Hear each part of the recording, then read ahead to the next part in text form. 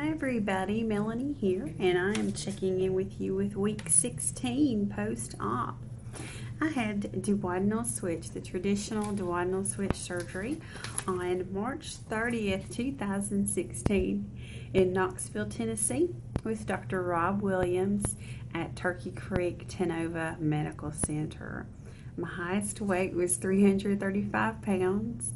And my weight on the day of surgery was 314. Last week I checked in with you at 268.8, and this week I'm 266.4 for 2.4 pounds lost. So I'm doing pretty good, really focusing on more protein this week.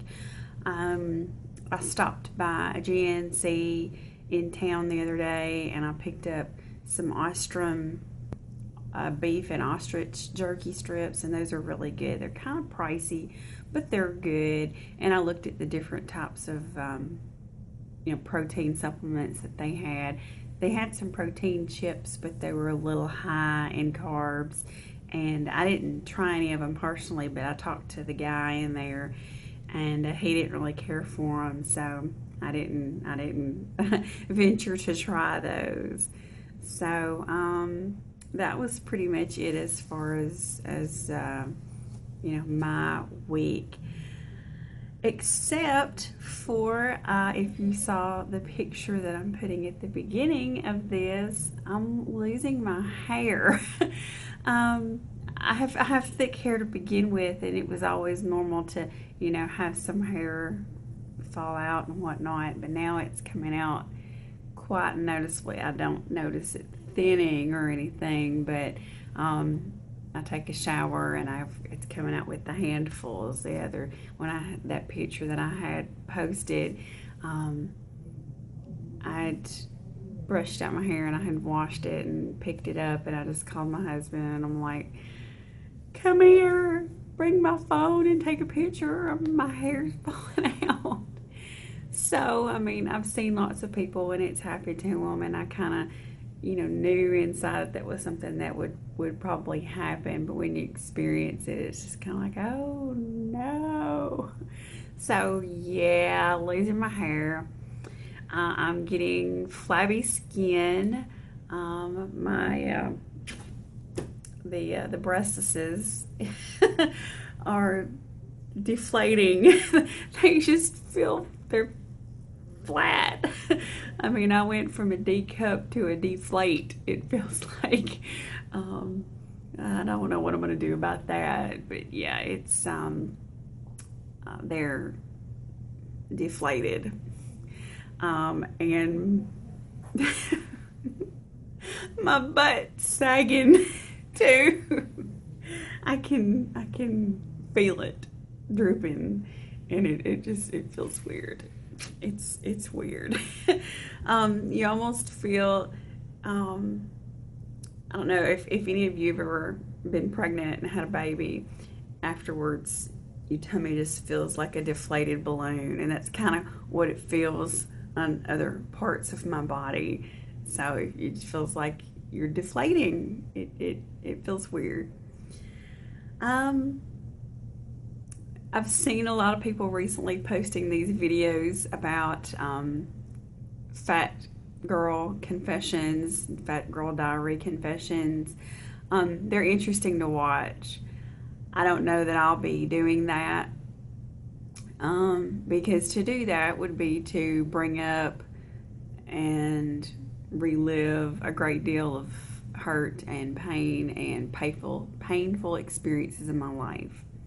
And I've devoted many years and many hours to working on myself and trying to get rid of the pain and the attachments to the pain. So I don't know that I'll participate in that. I'm not saying it's a bad thing to do it. I'm not saying it's wrong. And I applaud everybody who has been doing that, because it's a very, very, I think it's a courageous thing to do. And thank you for putting all that out there. I just don't know that I'll do it. I've had a painful past. I've was able to escape from an abusive marriage before, which included abuse to my children and painful growing up in formative years as well. And I'm trying very hard to get past that and to get past a lot of the anger that I have from that. And it's an ongoing and a lifelong process. And to sit here and relive and bring up stuff that I did to numb myself from all that isn't going to solve anything, at least not for me. So just know that I did some things that I'm not proud of as far as eating habits, and I'm not doing that again. The only other thing that I really kind of wanted to talk about is a friend of mine. She's also overweight. She and I have been kind of like sisters kind of through this. We've both tried diets together, and she's done the diets. We've done the Weight Watchers and all the other programs, you name it, we've tried it, and we've failed together. And now that I'm doing this, she and other people are kind of asking me questions as far as doing especially things like high protein, low carb. And of course I always have to tell them that understand that I'm also on restrictions, that I physically cannot eat as much as you can, but you know, if you wanted to be protein buddies or whatever, absolutely I'll help you with whatever things that I can. And I'm helping them to recognize the hidden carbs in foods, things like salad dressings and whatnot. They've just been shocked when I've said, you know, that's neat, but look at all the carbs in that. So it's been kind of an eye-opener. But my friend, I see her trying again, and I see her failing again. And you know, it's just like all the diets we used to do.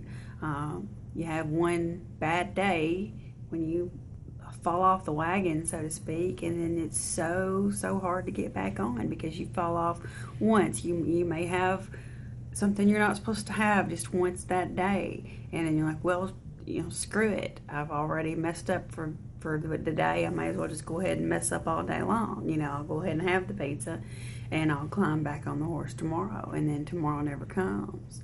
It rolls out to a week, and then a month, and a year later you haven't started back on that diet. You haven't started back on that discipline because life happens, and it's so easy to make the excuses.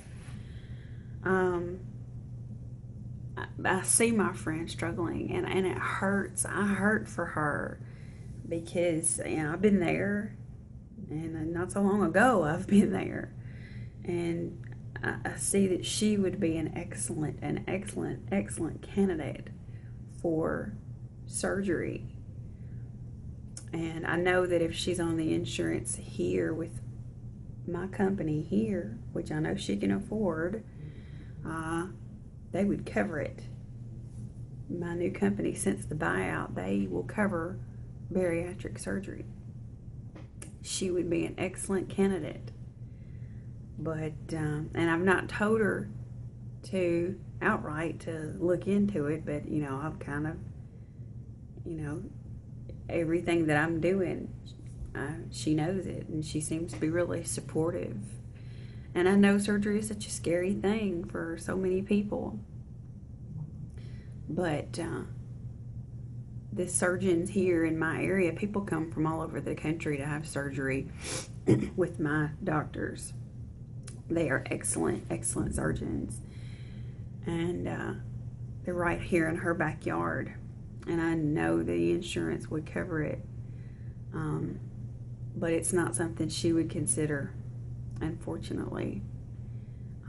She still clings that she can do it on her own, and she's trying, but it's not getting any easier. And the older you get, the harder it gets. I mean, she's now knocking on the door at 30, and you know, I remember knocking on the door at 30.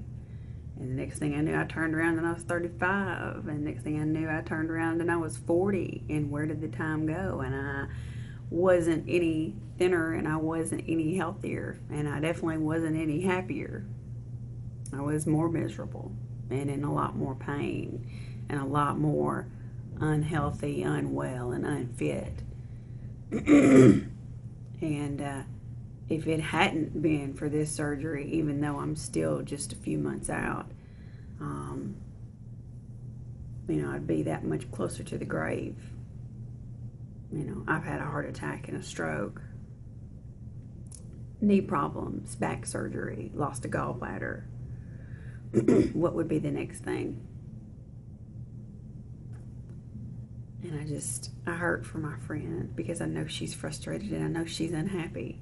And she doesn't have a support system at home.